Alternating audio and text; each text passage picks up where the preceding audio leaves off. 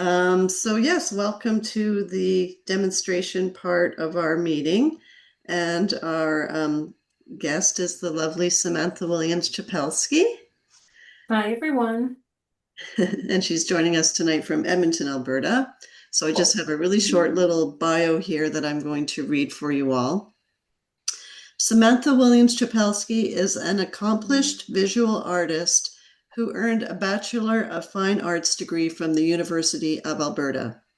She is widely recognized for her abstracted landscape paintings that explore the interplay of textured acrylics and oils. Samantha's work is exhibited in both public and commercial galleries throughout Canada and the United States, earning acclaim for her unique artistic approach. So welcome, Samantha. I'm just going to make you larger here. Sounds good. And please let us know more about yourself, and I'll let you take it over from here. Perfect. Well, thank you so much for having me. And as always, for myself, I always encourage questions. So as we go through the demo tonight, if you do have questions, do not feel hesitant to cut me off. I tend to fill the airspace quite well all by myself. So feel free to cut me off anytime. So my name is Samantha Williams-Chapelsky. I have been an artist for over 20 years now, working in the profession here in Alberta. I actually did grow up in Kelowna. I was there for grade one. And I won an Emily Carr Art Award in grade one. So I was there doing my art. And I think for myself, a lot of my work is about natural spaces between Saskatchewan all the way to BC. I travel a lot of the country and I get to explore a lot of natural spaces. So what I'm going to do tonight is I'm going to do a brief PowerPoint of a little bit of myself, my materials that I'll use tonight, and then I'll switch it over to an overhead view where I can do the demo. I'm going to be doing a smaller scale demo. Obviously, you can see the work behind me. I do work in a semi-larger scale to a very large scale. So small pieces are always fun for me to do.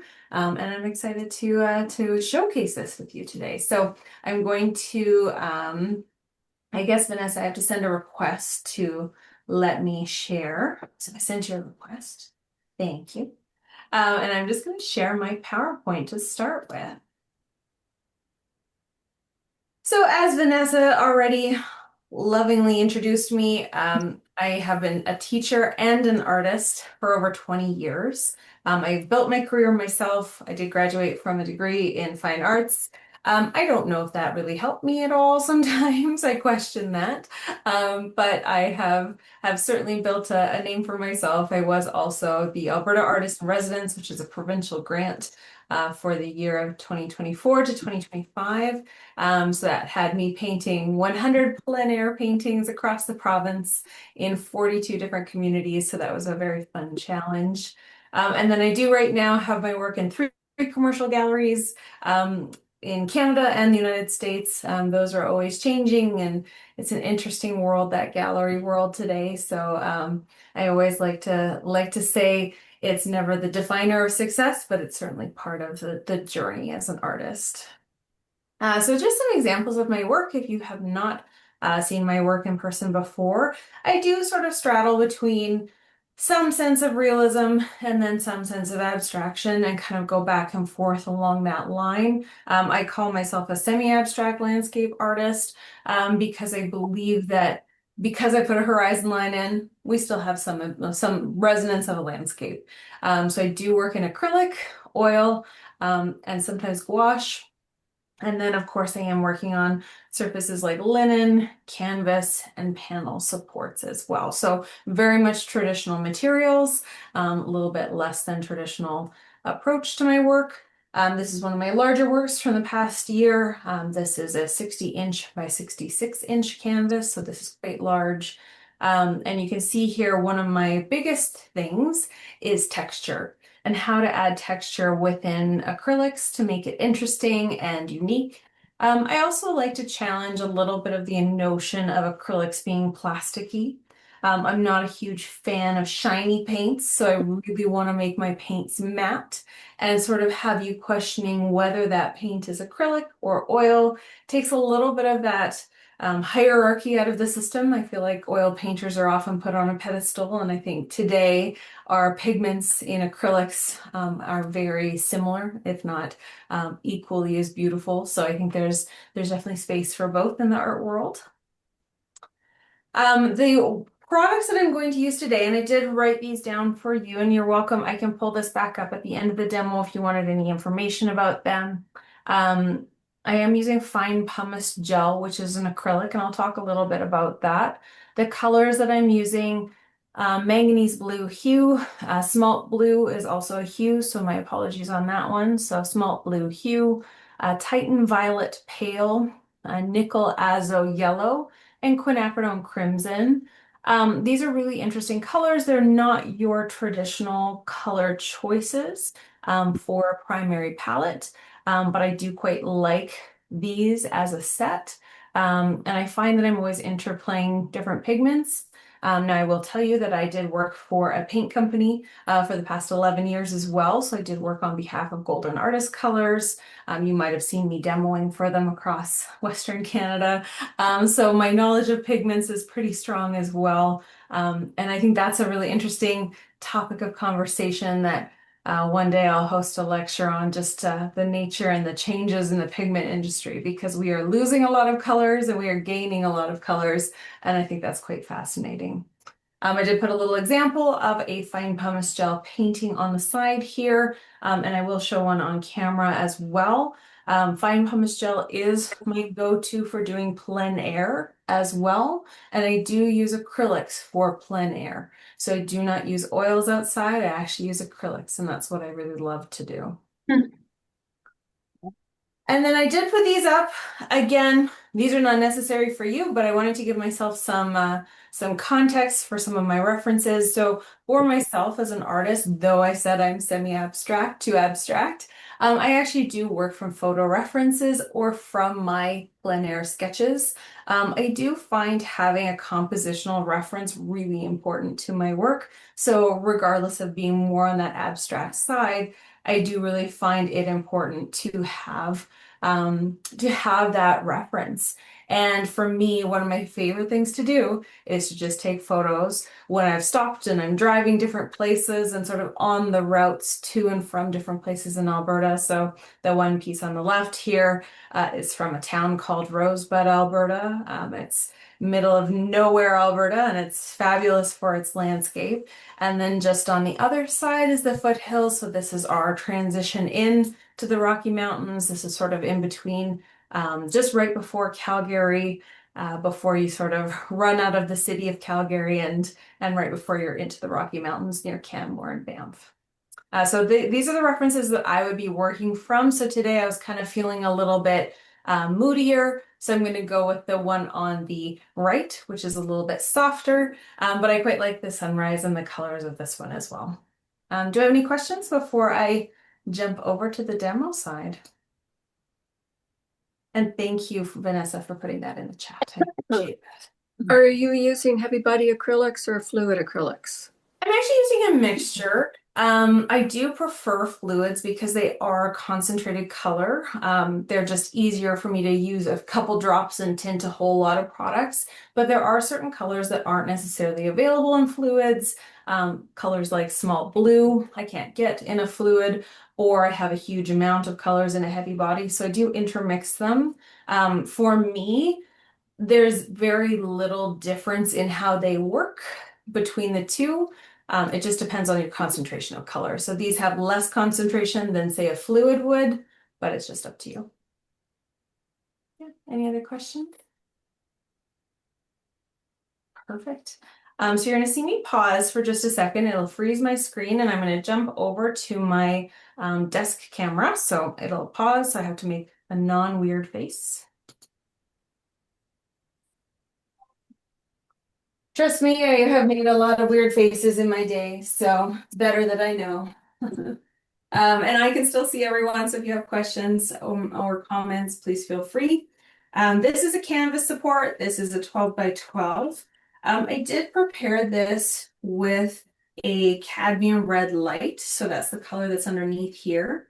For me, interestingly enough, I really do follow art history and sort of some of the Canadian art history things that we have on our behalf. And one of those is actually a red underpainting. This is often something that is used by the group of seven, and they were known for having sort of a reddish brown underneath a lot of their work. And why that was so instrumental in their work is that they were the first landscape painters painting plein air who actually didn't have a subject matter other than the landscape. The landscape was their subject matter. So in Canada, of course, that's a lot of green, that's a lot of blue.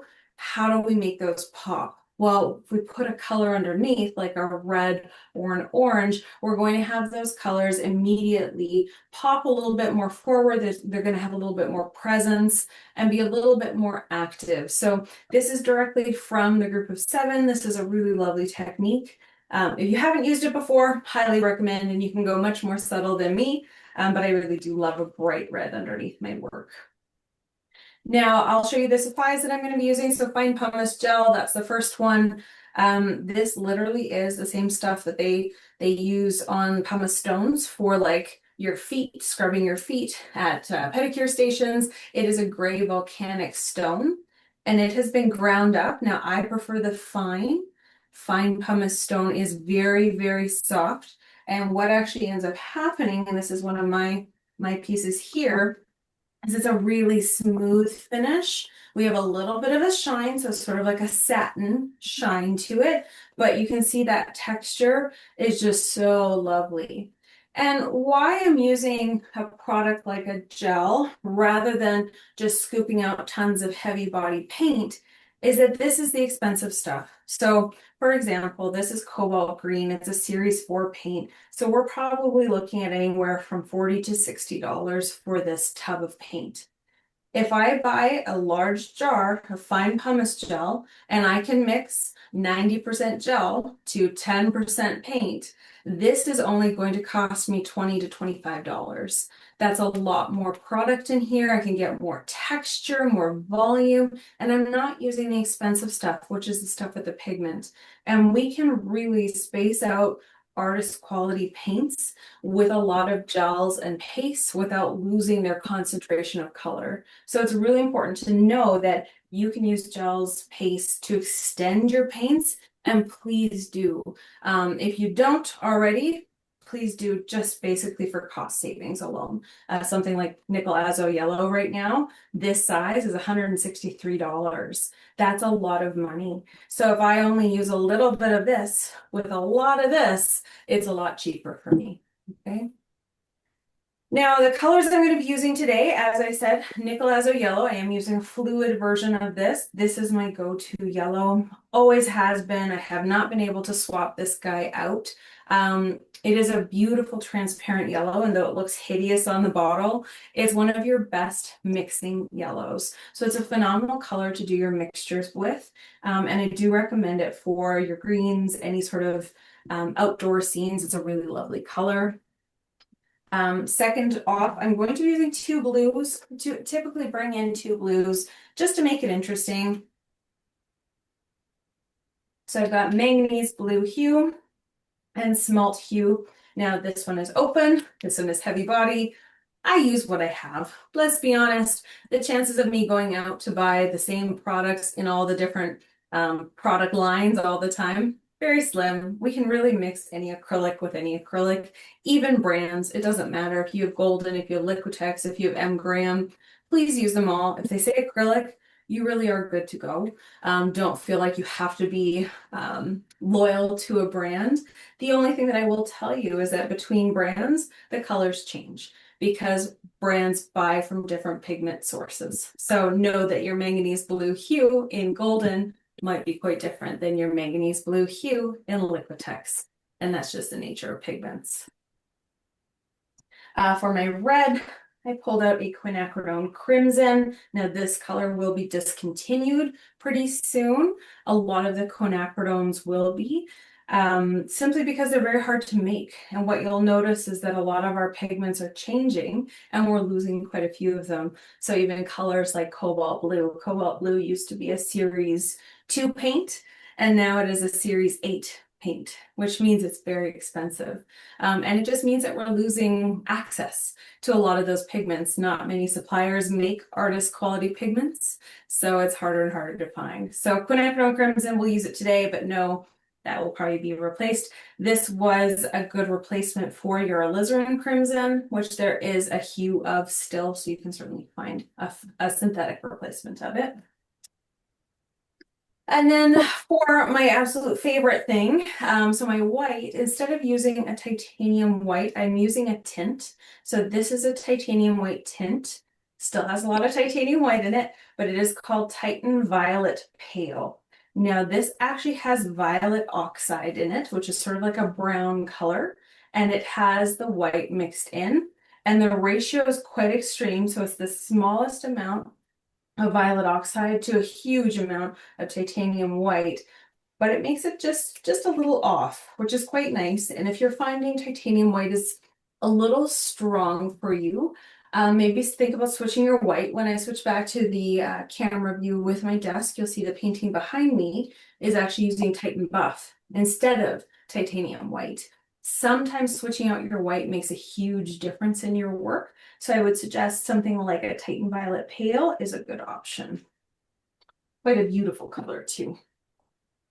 I'm just gonna pull up my reference photo so that I have it. Okay. Next up is tools. So I'm using a canvas support. I am using brushes. I know a lot of my work looks like it would be done simply with palette knives. It's not. It's still done with brushes. So I'm using a bristle brush, so something a little bit on the sturdier side. So these are both filberts, and I do have a fan brush. So I do work on behalf of Silver Brushes. They are out of the States. They make a really great quality brush, but I always tell artists, please don't buy the $90 squirrel oval mop for your acrylics. It's a really waste of money. Your acrylics tend to eat your brushes alive. So please buy a mid-range brush, never buy a high-end brush for acrylics. But these are fabulous for oils as well. These are the Grand Prix series. They're made for oils, but I do love them for acrylics. And this is a fan, as I said. And then my palette knife choice. Always metal palette knives. These are the teardrop shape, so you can see that teardrop. This is my preferred shape of palette knife. This is the one that I use in plein air all the time. Just my favorite because you've got a lot of different angles and you've got the sharpest point. I don't like ones that are quite dull. I want to be able to control the paint a little bit more. And then the only other thing here that I have on my desk here is some palette paper, and then I'm going to use a Liquitex paint marker to just draw out my composition with all of you. So that is my materials. Does anyone have any questions about any of the materials that I'm using? Look at me even giving space for questions. Alrighty, I'm going to take up my image here. And again, I'm using the one that was a little bit more of a landscape base. So I'm going to draw out my composition. For myself, I really like to simplify my compositions because I'm working semi-abstractly. I don't want to give myself a ton of information. I don't need a ton of information. So what I start with is simplifying that image down. So I'm going to start off with a horizon line. So I think my horizon line is approximately about here and it dips down quite a bit. Always my horizon line first. I always want to make sure I'm breaking up my space so that I don't have a really centered composition because of a horizon line that's in the middle. I want to have either sky dominant or land dominant. Just makes life easier when you're actually painting the project that you're working on. Now, I do have a set of mountain ranges in here, so I'm going to draw these in. And these are acrylic paint markers are great because it's still acrylic. I'm basically using what I will be painting on top of it with, which is fun. I'm going to draw in my landscape here. I've got some really nice diagonals. These are all sort of tree lines in here as well. And then, of course, all of you are familiar with the prairies. A lot of my work will include prairie lines. This is actually a way to help me bring the viewer into my painting. And I'll talk a little bit about how I bring people into a painting, but I'm very deliberate on how I create movement through a piece. Second or lastly, I should say, is going to be my cloud range here. So I've got some beautiful clouds. We do have better clouds than you do in Kelowna. You might have better weather, but we have better clouds. So I'm going to give you the fun, simplified version of my clouds for now. Because again, a lot of my tools are quite large. Realistically, I don't need a lot of detail right off the bat. Any questions so far? Can you unmute? Are we muted? No, you're good. Oh, okay. Is that marker, what kind of brand is that marker? So this is a Liquitex paint marker. Liquitex paint marker. Okay, it doesn't come through or anything. No, it's just acrylic paint in here. So you can get any refillable marker and put in a really thin amount of paint. And it's basically just paint coming out. Yeah. Don't know if they have it at Opus or not. They do. I don't know if they have, I don't know if they have the Liquitex ones, but they'll have different brands. There's quite a few different brands out there now. They're pretty popular. You can always get like refillable markers and just fill them up yourself too. So.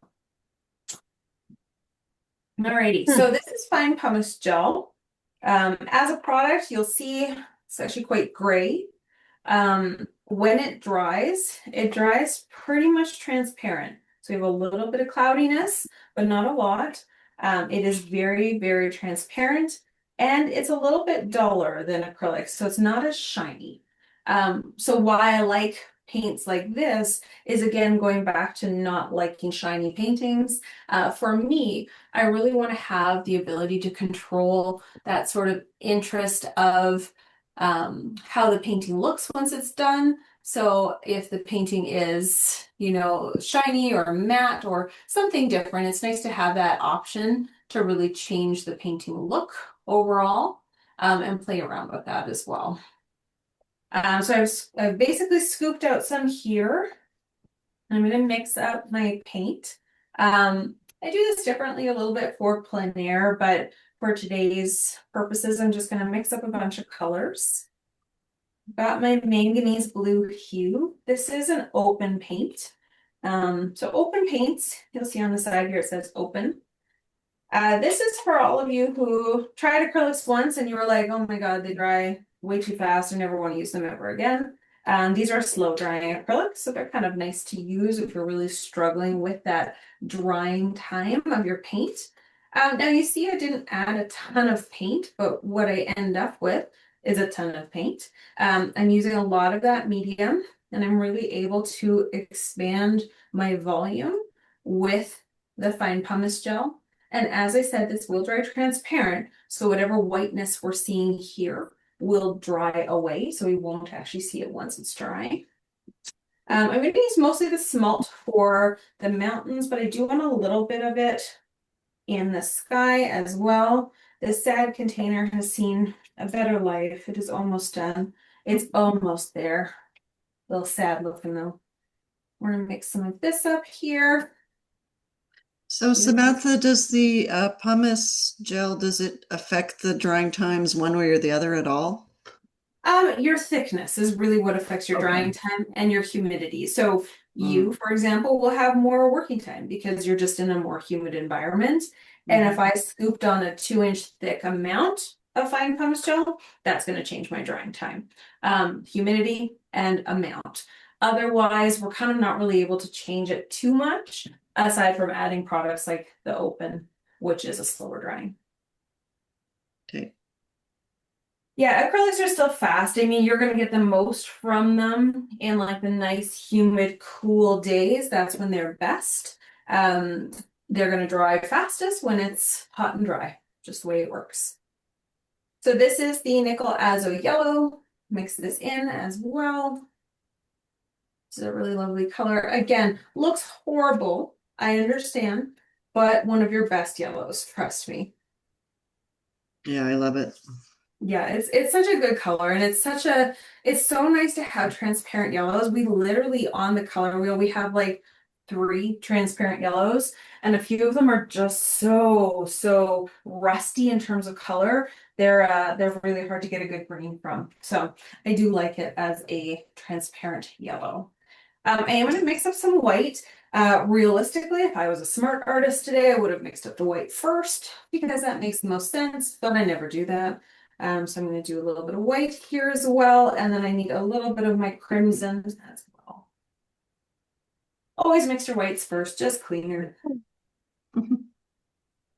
We're all just so excited to get into the color, I think. That's why. Yeah, I know, right? And the white is such a boring tone, but this is a beautiful white. It's a nice white. So that's Yes. that violet. Yeah, so this is the Okay. Titan Violet Pale. So these are very strange colors. You'll see a lot of them actually. There's Titan Mars Pale, and they are literally colors that are mixed with, there's light phthalo green, light phthalo blue. These are colors that are just mixed with titanium white. You could certainly do it yourself, but the percentages that they're mixing are so tiny. It's really hard to not overload this with that violet oxide. So it's kind of nice to buy it in the two. Not that I'm against mixing your own. And then our last one is the crimson there. Those all look so yummy. Well, and again, you saw like very little paint is going into these, but I'm left with a palette full of paint. And it's really important to use your mediums, your gels, your pastes, all of those products. Please, please, please use them because again, paint's expensive, especially now. You'll see your paint products even this year will go up another 30%. They went up 30% last year. You'll see them go up 30% this year, and that's just to the nature of everything's harder to find. Most of our paints are made in an interesting country right now, and it's just a little bit challenging, to be honest.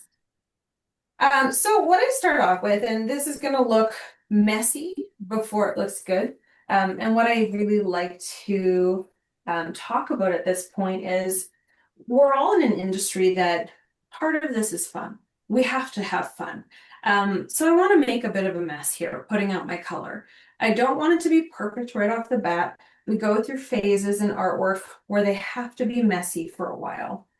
So this is a more trust the process. I'm sure you've all heard that in many, many Instagram videos. But this is very much a trust the process of how things work and how they come together. So right now I'm literally laying out color according to where it is in the photo. So I've got some highlights. My highlights are right above the mountain range here. I've got my heavier blue in here, which is the sky. This is also a nice band of clouds with some highlights on the very edge. And I do have some highlights up top as well, so I'll keep some of that for this side. I typically work top down. It's just easier for me. That way I'm not always fighting this edge and trying to keep it clean. I'm really able to play with that. And then for plein air as well, just easier to do sky first. Then I would actually mix up all of my color for the ground, then do the ground second, and then see what's still workable and sort of play back and forth. Obviously I've mixed up all my colors here today, but for plein air I would treat it a little bit differently. I'm gonna go in with my larger brush. So this is a 10. This is a filbert. It's a long filbert. And again, why I say a mid-range brush is all of this acrylic will end up here eventually, and it'll destroy your brush, but that is okay for today. And my brushes last me over a year. I do a lot of painting. It's not going to kill your brush right off the bat. So for me, I'm just moving around the paint right now. I kind of call it putting the peanut butter on the toast. You're just kind of getting the peanut butter covered. You're not really doing anything specific right off the bat. You're just trying to move around the paint. I have some nice blue sky up here as well. And I am referencing my photo as well. And remember, what you see will go quite transparent as well. And I'll pull in some of this white here. So that doesn't have any grittiness to it, the pumice. The other ones would, this one doesn't. Okay. Because this one's so finely ground, I mean, you can see that it's showing my brush mark. So there is a bit of a textural quality to it. There's not a lot though, and you can't hear it. So the other pumice stones, you would be hearing them scratch the surface like crazy. This one doesn't because it is so finely ground. It's there, but you can't really see it or hear it until you look closely. And again, right now, literally just laying out the color. We've got nothing pretty going on right now. That's the fun part. Remember, we're enjoying the process. We're playing with paint. How could life not be fabulous at that point? So I'm blending in my whites. I don't want to mix whites in with everything. I really try hard to leave a lot of the transparency as I go.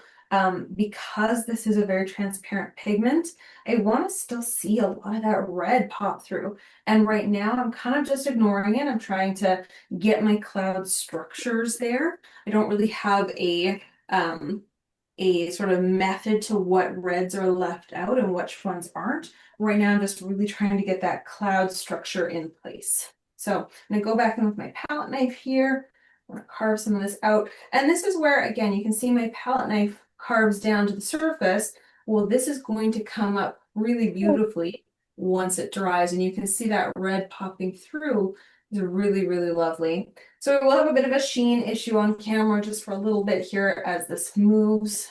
So I'll pop it up in a few minutes here.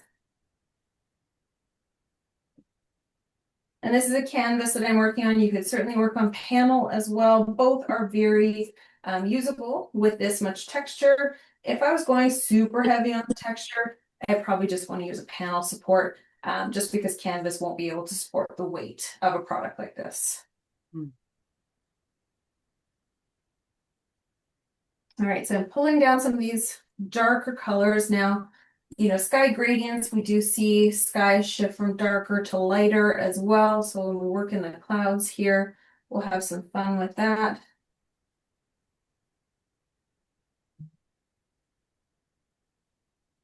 And again, really playing with mark making, with shifting spaces here. Got these beautiful cloud bands right on the sort of tops of the mountains. So I'm going to add those in. Again, just carving out with my palette knife a bit. And I will go in with my favorite tool of all in a minute here, sort of show you my plan of action. But palette knife helps me get the product on.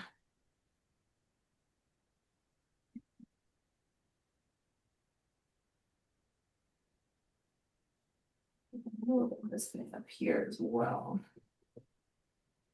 And feel free to jump in with questions anytime.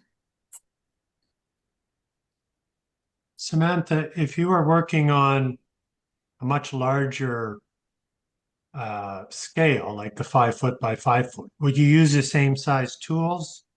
No, so great question. Thank you. I use trowels and brooms typically to do my work at the scale that it is because I really want to still have the same texture.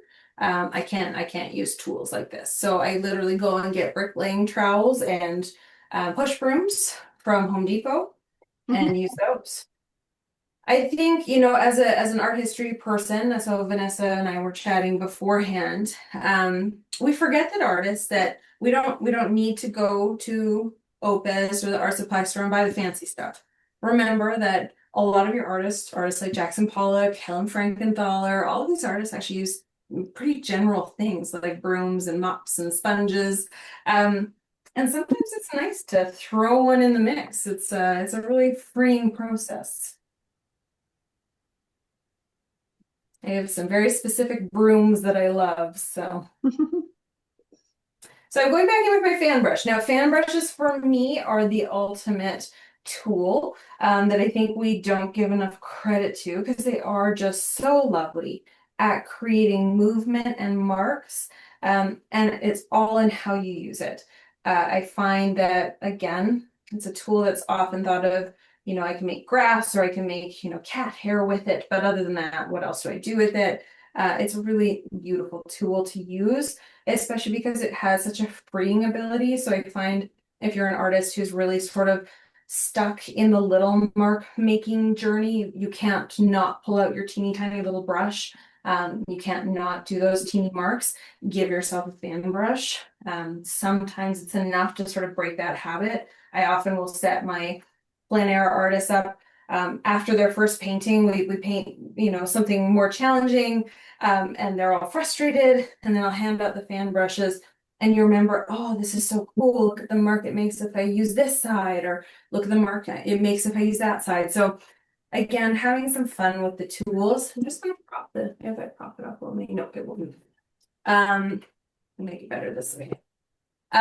If you use the fun tool, sometimes it encourages you to go back to that play method. And again, you know, being an artist, you gotta have some fun with it. So enjoy it, have some fun. So I'm going back in here, sort of defining some of my clouds. I've got these beautiful sort of, you know, windswept clouds in here. I'm just using that fan brush, really not washing out my brushes either. There's this interesting theory right now. It's called the mother color. I don't know if anybody's heard of this, but kind of goes after the sourdough starter thing, where whatever color you have on your brush is the mother color, the mixture of all the colors that are on your support, and that's the color that you should be working with, because it's that neutral that is made up of everything that you've used, which is interesting. So It's very interesting watching you sort of blend your colors too, right on the canvas. Yeah, and I mean, you know, I would be totally honest with all of you. I often overdo it. I am often the first one to say, oh, no, I think you're done. And I'll be the first one to overdo it myself. There's always that push and pull of play. And then, you know, remembering that sometimes your original marks or your multiple choice test answers, the first ones that you gave, can sometimes be the better ones. So you know, push and play, you know, to your heart's content, but remember there's probably a stopping point somewhere in there, and that's all a learned process. So I still do go too far and regret it, you know, have that painting that was perfect 10 minutes ago, and there's no way you're bringing that back. And again, you can see here, I'm still using that fan brush, but these teeny little marks, how fun are those? And I feel like so much of this is about playing with the marks that you know will pull a space like this together, and we'll have some fun with it. And of course, I'm abstracting it. It's not exactly as the image is, and I'll bring up the image in a bit here, but it's related to the image. It's got the feeling of the image, you know, and what we're really going for in a painting is to really capture something that we feel about a space. So whatever that is, you're trying to capture it in more than just representation. You're trying to capture it in marks. You're trying to capture it in feeling and in movement. So for me, this is all about the way the landscape shifts within, you know, these prairie vistas, which are just so massive and so huge for us out here. We don't have the mountains sort of crowding us in, and I think that's where your lakes and your sort of river or lake views and you know, the Okanagan is so majestic and big. And how do you capture that? Well, it's going to be all that mark making. It's going to be trying to capture that mood and that feeling. I'm going to jump into this zone here. I can always come back to this. This will probably stay workable for me for a while. It's pretty dry in Alberta right now, so I can tell some of my colors are drying already. I can't give you a timeline factor of how long something would stay open for, but I mean, probably within the hour timeline that I have here, it'll start getting quite tacky. I'm going to do the mountains you're seeing here and trying to tint them a little bit off so that they are not the same color as the sky. So I'm adding a little bit of my primaries in. So for me, neutral grays are my favorite thing, and they are really just composed of all of my primary colors mixed together, very small amount of white mixed in there, and you get a beautiful neutral gray. I am mixing a little bit of the yellow in as well, just to tone that down. My mountains in the back are quite soft. That's really to do with atmospheric perspective. I'm teaching a whole course through the FCA on atmospheric perspective coming up here, but that is all about using the least amount of saturation, the least amount of color, and pushing those sections back, and not having them pop forward much. And that's all atmospheric perspective, something that I believe out in the Okanagan especially, you need to play with, because you've got beautiful mountain ranges that kind of layer over each other, and you're always sort of fighting, you know, which one comes first, which one is second, and just having them softer in the back really helps with that illusion of space. I'm gonna pull these guys forward. So I'm going to mix a slightly darker gray than what I have here and here. My darker gray, still a blue, a little bit of red, and a little bit of yellow. You can see here, mixing it, we get really beautiful grays. You can sort of play with how dark you want that to be, but that's all my primaries. I very much teach to the point of, I want you to buy one really great set of colors. And not have to just buy gray, buy black, buy all of the extras. Not that I don't encourage you to buy every single fun paint color that you love. Sometimes it doesn't help you in a painting to have access to everything. Sometimes you still have to mix the good stuff.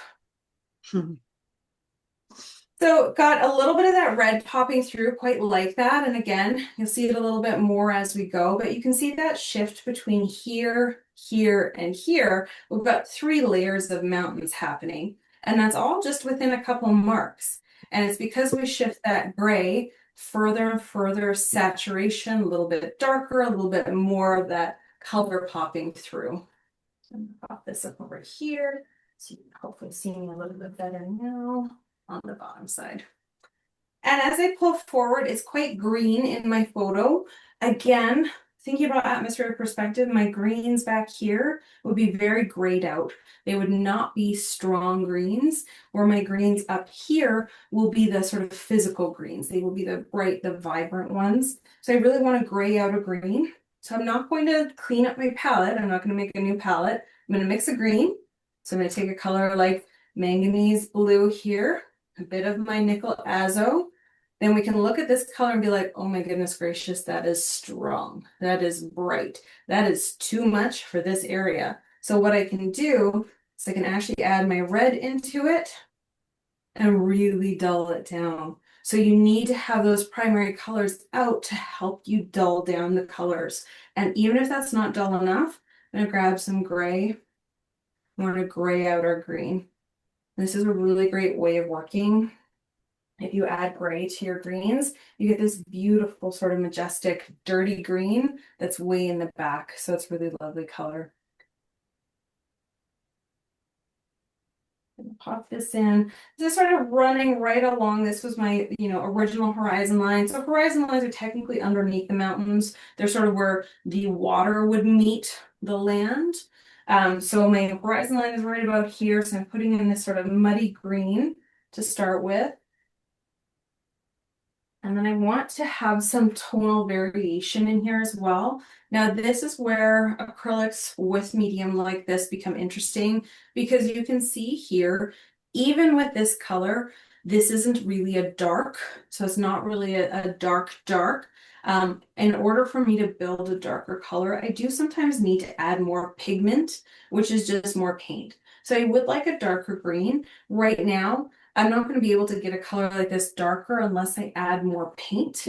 And that's where we want to go back in, grab some more of our actual acrylics, and we're going to sort of add in that pigment, add in that intensity.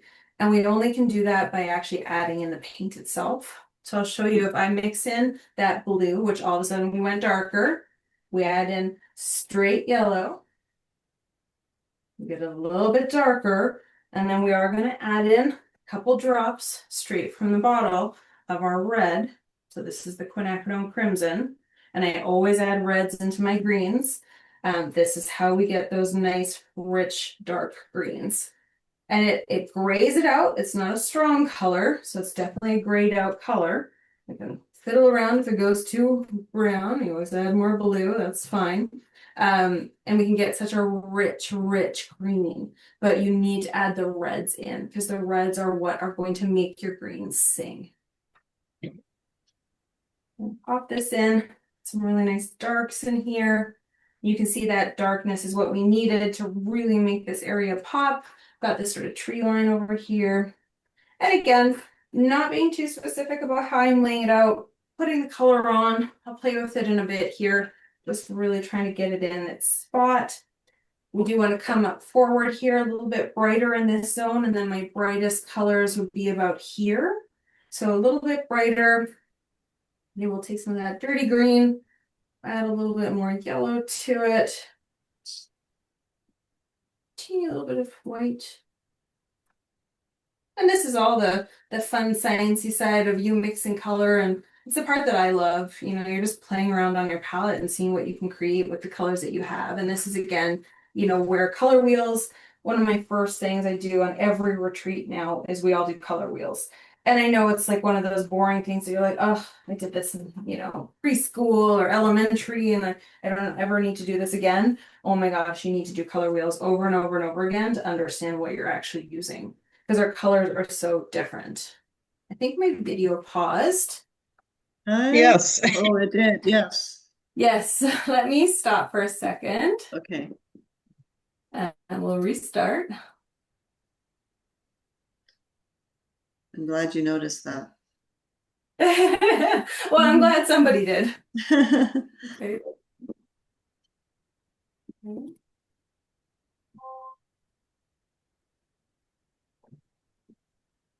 Do this, and then I'll switch my camera again.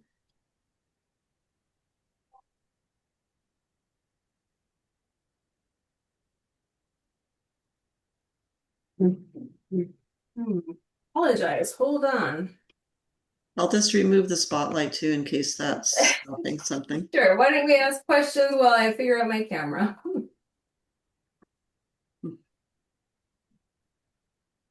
With your textured paints like that, do you ever do any glazing with that? Yeah, absolutely, you can. And it works out really well sometimes to be able to work on top of a finished piece, and really have some fun with it. So I think you can definitely do that. So I think my phone went to sleep mode. So Oh. just hold on. It thinks we're supposed to be in bed now, Oh. which is fair. Yeah. It is close to my bedtime.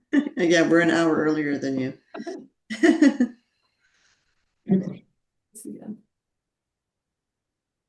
There we go. All right, you can spotlight me again. My apologies. No worries. There we go. There we go. All right, now you can see that it's moving again.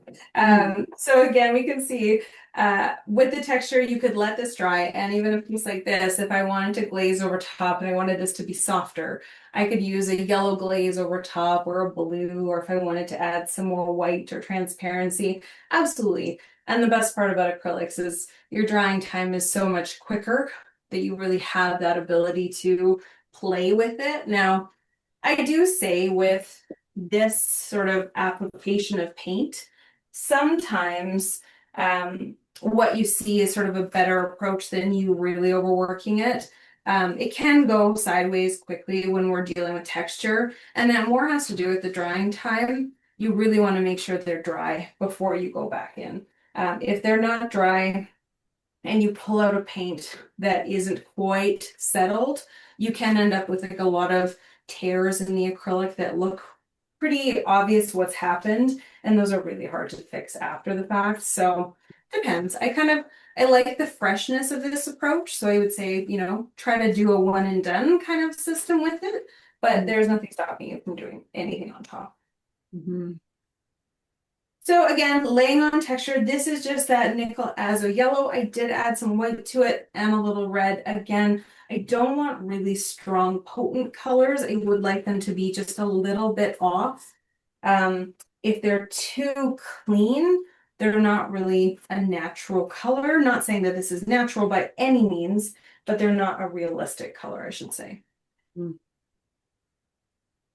And again, I'm not painting realism, obviously, but I do want to have some semblance of this exists here on planet Earth. I'm being inspired by this landscape. And again, I'm going to mix up a little bit more dark, and then I'm going to go back in with my brush into this space, because we've got a lot of palette knife marks, don't have a lot of anything else yet.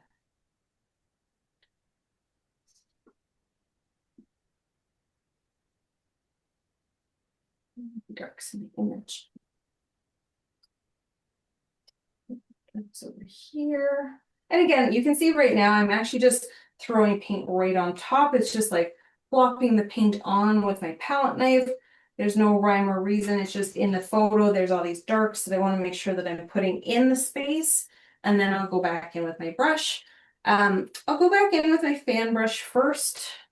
I did wet it a little bit because I do know for a fact this is starting to dry on me. So if I add a teeny bit of water right now, I've got a little bit of maneuverability. And this is again due to my climate. It's very dry here. We have to turn the humidifier on in our house because it's just dry. Mhm. I'm adding a little bit of white into this little zone here, again, helping with that little bit of shift of atmospheric perspective. Go back into this line here.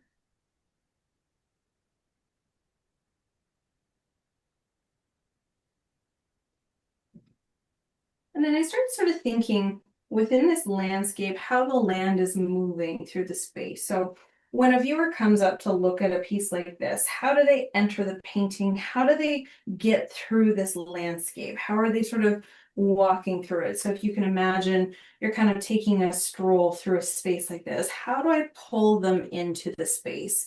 And this is where like I use compositional tricks every now and then as well. So things like S curves or Z curves really can help us with a little bit more of that abstraction style or abstract style. If we start using tools that help us sort of guide the viewer along, so things like Z patterns help us pull the viewer through the piece and help us get through the painting in an interesting way. So for myself, I often look at compositional tricks like that to sort of aid in the finishing part of the landscape. So this is not necessarily things you would see, but I know that as an artist, I add these in and I can really help a viewer to get to the sort of focal point of the piece or the piece of the painting that I want them to get to.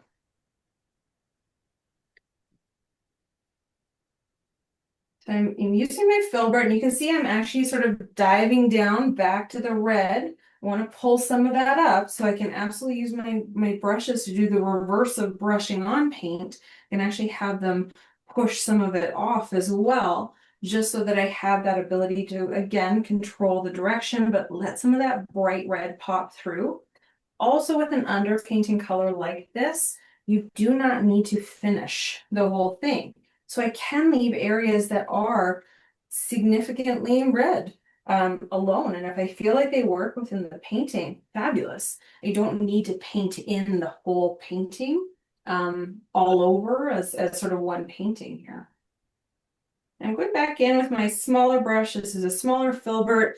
I am creating a little bit more of a focal point. So what I want to happen here is we enter in the painting. This is really interesting. Then we kind of get stuck and lost in this area here. And I'd like to keep the viewer somewhere in here because then we sort of stay in the important part of the painting. So I'm going to work on getting that to happen.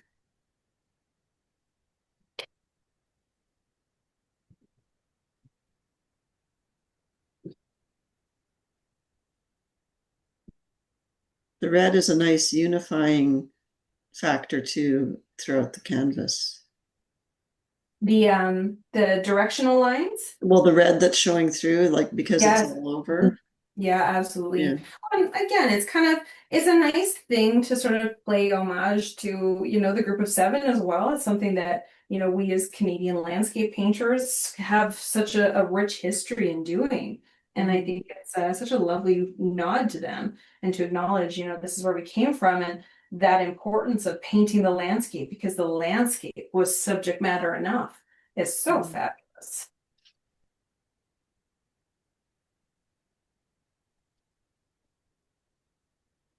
So I'm going back in and I am carving these mountains out a little bit more.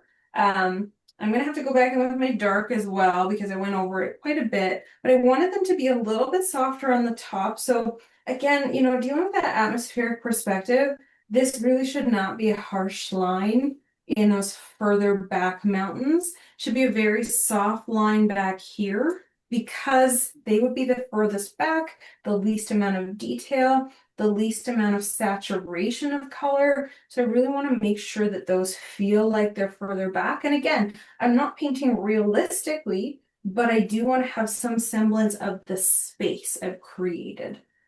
So I'll mix up a little bit more of this darker gray or actually have some on my palette. I'll just carve these guys back in. And I'm literally laying paint right on top. I'm using a very thick application so that I'm not blending it. And you're seeing that I'm going back in with my brush often because I don't want to blend it. I just want to add more paint. And with acrylics, as you probably know, there's no limit to the amount. So if I put on 3 inches of paint, I can do that. It'll just take a really long time to dry, but I absolutely can. There's really no sort of max amount of paint that you can add on. Whereas oils, we do have some rules to follow. We've got a few things. If we do a lot of paint over oils, not so good. If we go really thick right off the bat, we do have potentials of cracking. Acrylics, that doesn't really happen. So positives and negatives to both. And this is sort of the time that I would be playing with some of my marks, adding in some of these details. Again, adding in some horizontal versus vertical applications. So you can see here I'm adding in a few marks that are not horizontal. They are a little bit more vertical. And then I will go back up into the sky here in a few minutes and finish that off as well. And again, a lot of my focal point is here, so I want to make sure that is helping this, that it's not taking away from that. So right now, these little guys here, very much taking away from that. I do want to blend this so that this is not as important as this. So I'd probably change this zone right here. But that's where self-critique kind of comes into play, and really sort of being honest with yourself and saying, okay, what is this painting about? Where's my focal point?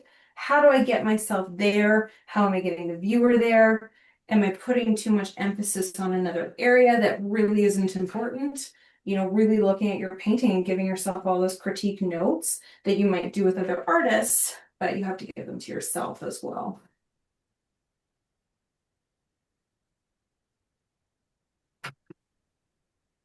And again, simplification of some areas too. I'm going back in this area and playing. Well, you know what? It actually just needed to be simpler because that will help me again achieve that movement through the landscape.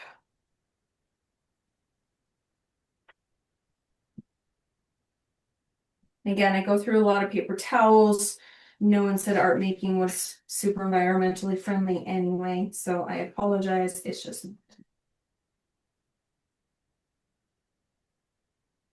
soften some of these blues because we don't want them as strong as they are.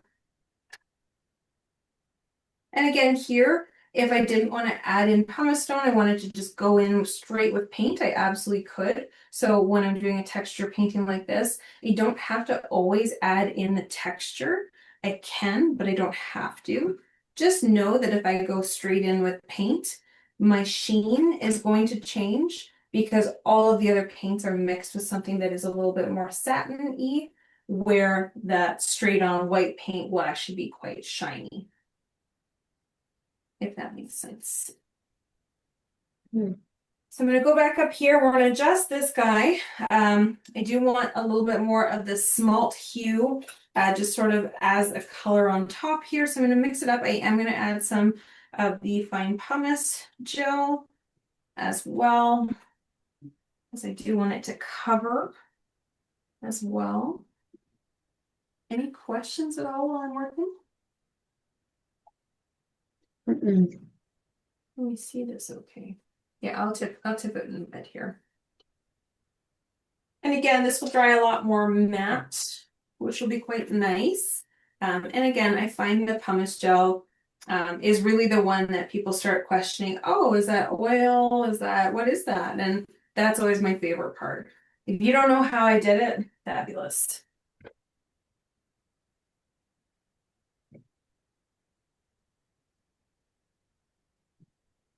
Samantha, I saw you do a demo for the Kamloops group in the fall, I think it was.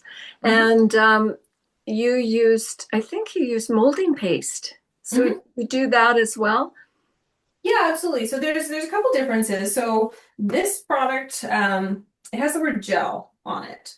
So the minute you see the word gel, it's actually transparent. So we know that when this dries, it will actually be the color of the paints that we're used to seeing. It won't adjust the opacity.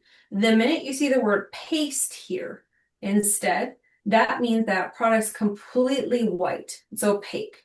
So if I add that in anywhere here, all of my colors are pastels, all of them, because it's an opaque product. So you can absolutely do it, no difference other than that opacity. So just means you're changing how you're doing things. You're really having to make sure that you've got a dark versus light. You really got to watch your tones because you'll find it's just very pastel-y.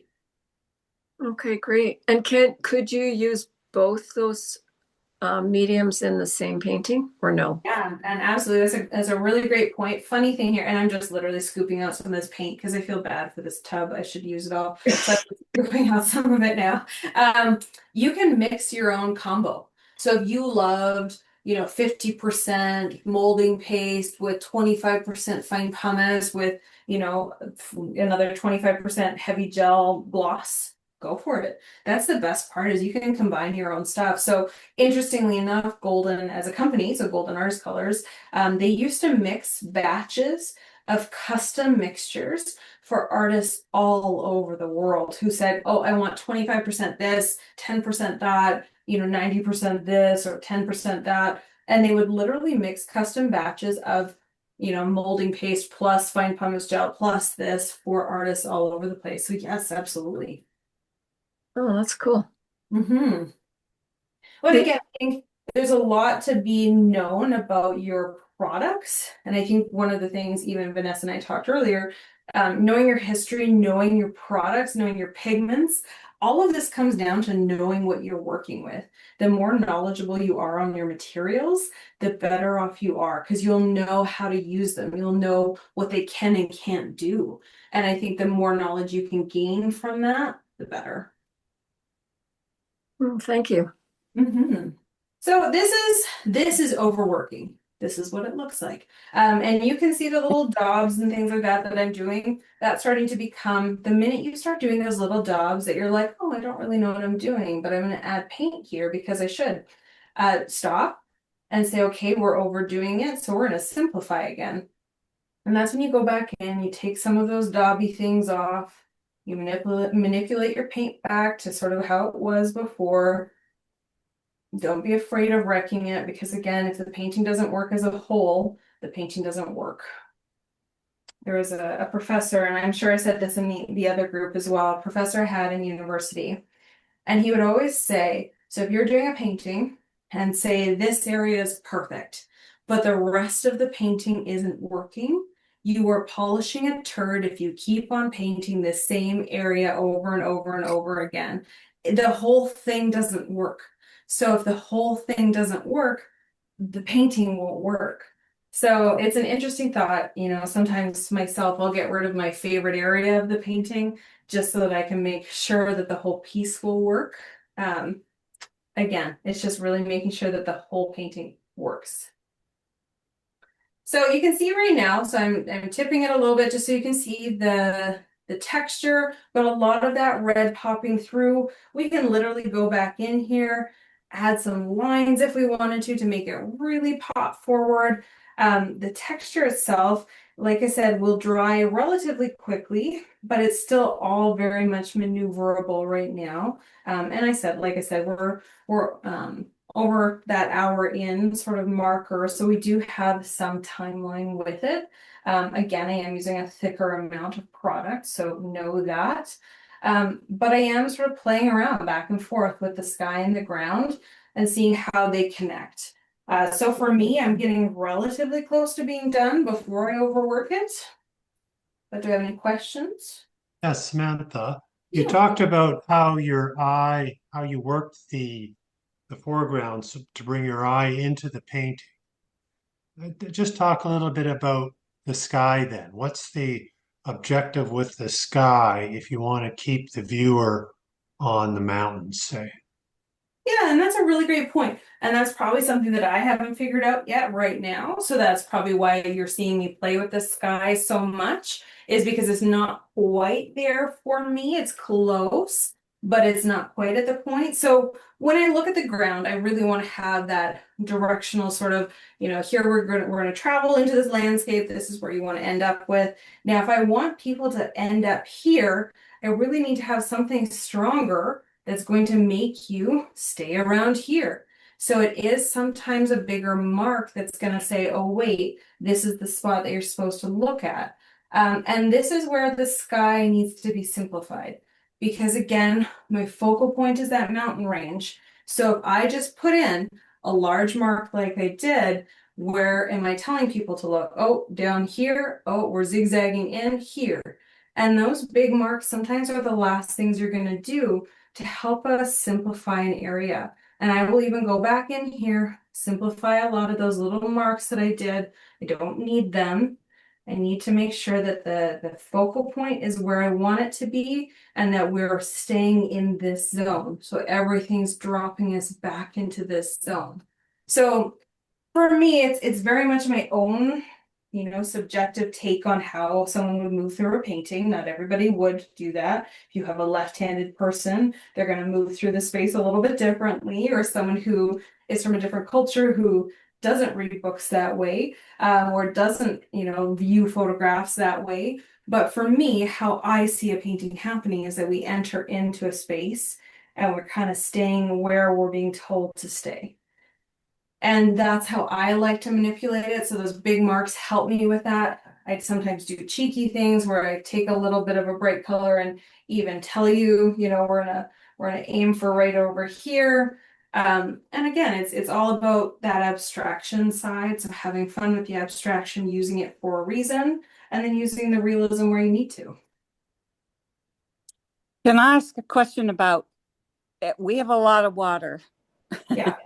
If you're going to put water in and it reflects from the sky, Mm-hmm. do you just stick with the colors you've got, or do you have a thought process when you put the water in? Yeah, so water for me, I'm just going to show you a fun example. So water for me, cool thing about water, for starters, we need to have multiple directions. So I've only got a couple minutes here, but when we draw water, so say this is our water here, and we've got our little mountain range here. Be the fastest painting I've ever done. And it'll be horrible, I'm sure. So here's our mountains. Our water is that sort of lighter color underneath. And as we're sort of playing around with water, what I really like to focus on, is it needs a gradient. So very much like the sky, we need to have a transition of color. Now, it actually doesn't matter if you go light to dark, dark to light. You just need to have a gradient. So we go from one transition of color to another.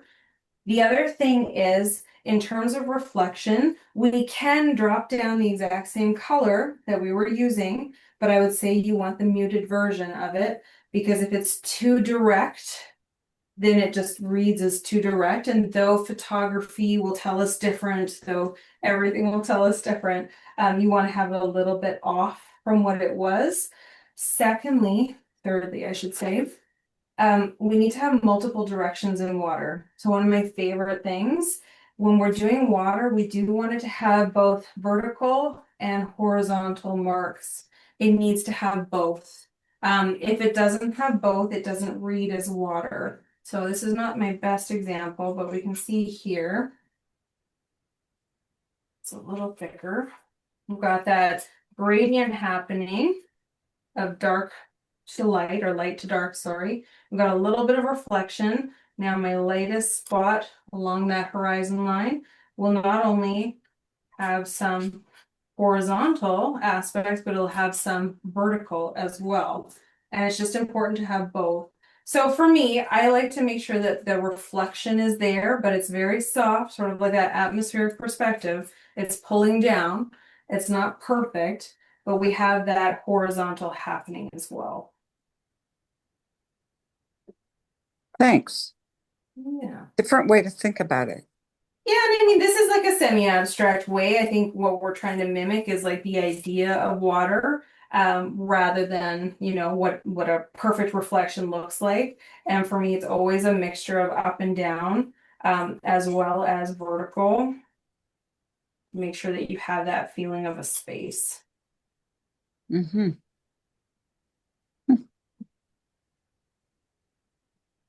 This is a horrible panel to work on, but that's okay.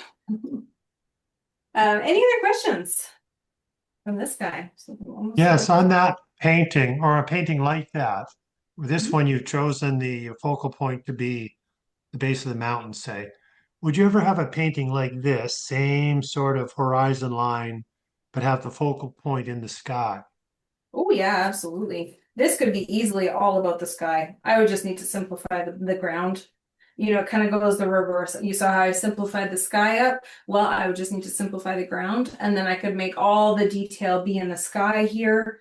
And I could really focus in on that rather than it being about the ground space. So it really depends. Again, when I started painting, I literally have a sketchbook version of it, and then I write down right next to it, what is the focus of this painting?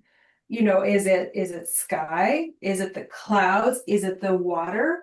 Because if I don't write that down, and then basically what I'm doing is just creating everything equally all over, it just feels really a lot. Like it'll feel like a lot. There will be so many brush marks, there'll be so many little details, and it really isn't giving anything any resonance. So if I start off with, I want this painting to be about the sky, then I know, okay, there's my basis for information. I know I'm going to put a lot of my effort into the sky. That'll really help out the rest of the painting. Samantha, I've seen you use shapers or something like that to bring lines into your paintings before. Like, it just looked really cool. I wonder if you could show that technique. Yeah, I don't have any in here, but the lines, absolutely. So let's do the lines. I can absolutely do those. I actually use palette knife more often now because I do so much plein air, I don't want to have to bring extra tools. So prairie lines or atmospheric lines, really, they're just another compositional trick. These are not anything that are, documented as mine by any means. I like using them because they're kind of a foolproof trick. You'll see a little bit of it here. I use some lines here, but what I can also do is draw you in using lines that sort of help me create perspective. And I'm actually just using my palette knife to scrape through. And what I'm doing is, this is sort of the fun part that you probably all remember from any schooling of art materials you took, but I'm using a focal point. So I'm using let's say this is sort of my vanishing point. I'm letting all of these lines pull down from that vanishing point to create the illusion that this is moving through space. So this is something that I do in a lot of my work. Again, it's a trick. It's a way of saying this is a landscape that has dimension without really painting in a dimensional way, though I still have. It's a trick, and I like using it because I feel like it's something that also really highlights the little bit of red that I'm using. It highlights how I approach painting, and it can often be, the end result can be really lovely. And what I like to do is even do layers of them. So this, for example, these lines would actually continue, but they would continue slightly differently over a hillside. So they'd be a little bit different over here, maybe a little bit smaller. So you can see that just helps me continue that space. And we're just sort of knocking us into a space. So I'm trying to make everybody sick with me moving around a painting here. But you can see that sort of dimension pulls you into a space and then lets you continue on.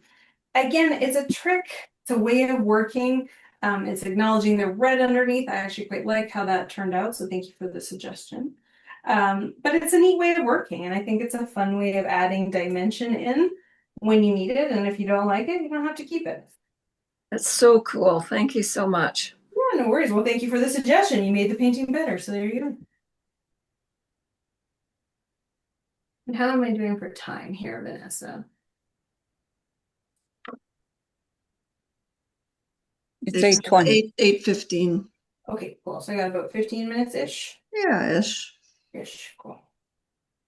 So again, for me, so much of this is about playing, and I let the photo reference go quite a while ago because there is a point that you can reference a photo and a point where the painting is going to be what it's going to be. But it's quite fun to play around with these sort of techniques and see what you can do. Does someone have a question there? good question.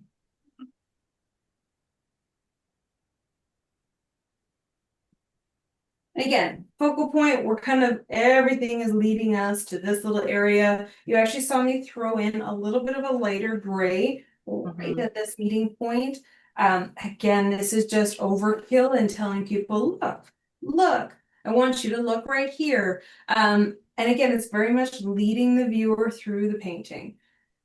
Very much how I like to work is that overkill part where you're kind of always being told how to get through a piece. Just gonna tilt this just so you can see the bottom half. You can see how this is helping us move through the space, and it is directly pointing at that area that we want the viewer to look at. So I think that's kind of interesting as well. Okay, so I'm looking at that sky and I love it. So I'm not saying that, but my body would never let me keep that really sharp point. Yeah. That's interesting to me that it looks great and you left it. Yeah, and you know what? So that's trust and that's confidence. I've had a lot of years of practicing and not letting myself do that and throwing in the clouds when I think I needed to have clouds or refining something. One thing that I do like to tell students is remember how little information you need to give the viewer for them to feel like that sky. You don't need to give them every bit of it. You need to give them very little. So if for me, I want them to feel like the sky is rushing down and we're kind of just everything is moving towards this one spot in this interesting landscape plain sort of space. You know, for me, it's what do I want to say? And I do say, you know, confidence is huge. If you really struggle with that, I would always tell students to do a timed painting, take away the time.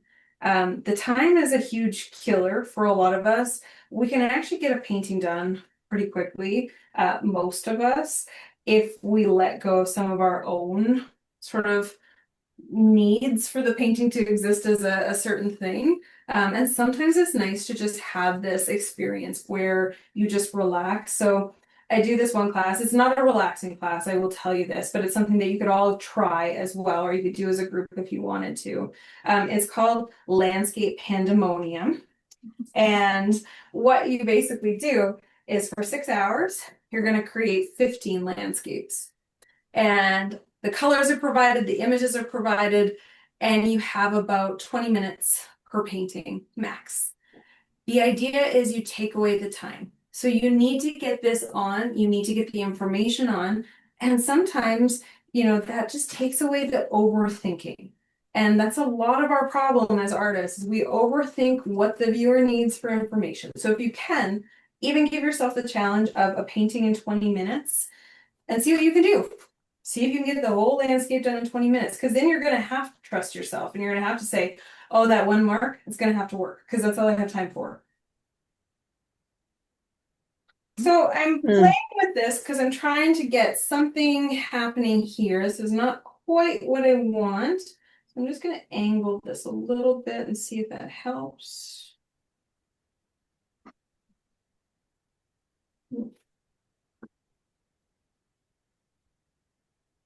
Again, paint's still all workable, starting to get sticky up top, but it's not bad by any means. I'm trying to create something a little bit more shapely here to help. It's almost, this is actually almost a reflection like you see in the water. We need something a little bit sharper in this corner to make this work better.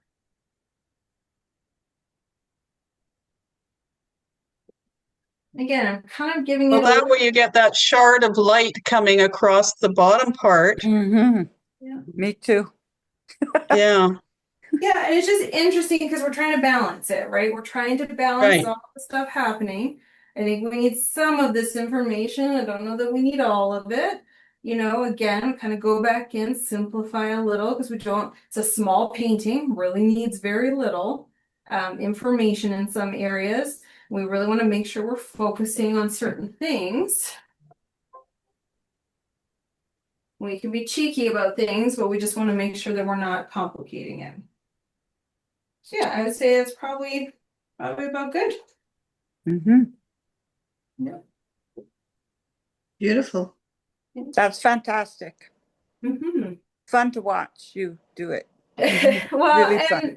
and I think for myself, I do really appreciate when you can see the work in progression, and then you can see the problem solving as well. Because painting is not all, I mean, we all know this, it doesn't just always work out. We're having to problem solve at some point. So that problem solving is very much in the moment. Okay, what's happening? How do I respond to it? How do I solve that problem? And again, it's very entertaining to go back and forth and see where all of that has to end up in order for a painting to be successful. So, perfect. Any other questions before I wrap up my last few things here? What do you do about framing? Do you frame them, or you finish the sides? So I usually wrap the painting around the sides, not with texture, just with paint. And then the painting's done, and I always like to tell clients, you got an extra, 3 inches of painting on the sides for the same price as a 12 by 12. So it's a fabulous deal. You could frame. It gives a big frame to the side, so it's not as appealing to me to frame. Like you can see the large one beside me. I'm using gallery depth always, so it just looks a little bit cleaner. Varnishing, I do varnish. I always like to say varnishing is a choice. So this is not something you have to do. Because I sell commercially, and because I have pieces in permanent collections, varnishing is something that I've had to do for a lot of years. So I do use a spray-on varnish, something that's good for oils and acrylics. And I use that in a satin finish, so it doesn't affect the sheen. But that's probably my only thing about finishing that I do is the varnishing in the sides. Which varnish do you use? Yeah, so I use the Golden Archival Spray Varnish, and I'll type that in the chat. It is an MSA varnish. So an MSA varnish is a mineral spirit-based varnish. And why that's nice is you can use it on oils, acrylics, watercolors, no problem. It won't adjust anything. And satin is best. Never use a matte varnish. Matte varnish kills your color. It adds white to everything. This is a spray varnish, and you do have to do it in plus 20. So I'm not going to be seeing that temperature until June, maybe. So you have to do that in very warm weather, and it does need to be done in a very well ventilated space as well. Any other questions? Okay. Cool. So what I'll do in the chat, I'm just going to pop my information. You're welcome to contact me there, and then I will share my last PowerPoint slide with all of you, which is, of course, that information I sent. And then if you'd like to join me in Italy, I will be teaching there this year. Second time going back. It's a beautiful, beautiful retreat space. If you're interested, I do have 2 spaces left. We do plein air. We do plein air with acrylics, and I provide you with all your paints in Italy when you get there. So it's a really lovely experience. Lovely. Yeah. Do So you that's use all my- do you use the pumice when you give your classes in plein air in Italy?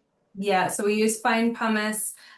Typically I'll bring along 2 to 3 different mediums for you to use during the 6 days that you're there. So you'll try a few different ones. And then we do heavy on the sketchbook as well, because expecting artists to paint every single day in Italy is a lot, multiple times a day. So we do sketchbook as well. And of course, all of your acrylics can go in sketchbooks as well. So please remember, mixed media sketchbooks are a really lovely way to paint that doesn't have to always produce a finished product. It's something nice about just playing in a sketchbook that can be a lot of fun. And can you use that pumice in a sketchbook as well? Yeah, absolutely. Yeah, just do a thinner amount than I did today, but yeah, absolutely. And you know what? Just let it dry, open face. And then when you're done, any acrylic that is not completely dry or cured. What you actually do is just grab a piece of parchment paper, put it on top, flip to the next page, and nothing will stick to it. So acrylic to acrylic, they stick for life. Parchment paper in between, you're good to go. Oh, fantastic. Oh, that's the best secret ever. Yeah, it's It good. is. And you know what? It's really great if you're shipping out those paintings and you're like wrapping them up beautifully. Put parchment paper on them, because if they heat up at all, acrylic loves to stick to everything. So you just need parchment paper, the baking kind, nothing fancy. You just put it on top. Doesn't affect the sheen. Nothing comes off of it, but it doesn't stick to anything. Thank you. Awesome. Yeah, that's, Thank you very much. No, Thank you're you. welcome. Thanks for Thank having you. me. yeah, thank you so Thanks. much for joining us tonight, Samantha. That was amazing. No, happy to Thank be here. you. Hey, Thank you. Samantha, where's the information about the workshop in Italy? If So you you open the go right chat. on my website. Yeah, Oh, so it's it'll at be in- SamanthaWilliams-Chapelsky.com. Okay, great. Thank you. Thank you. Thanks Bye. everyone. Thank you. Thank you. Good night. Bye for now. Good Good night. night.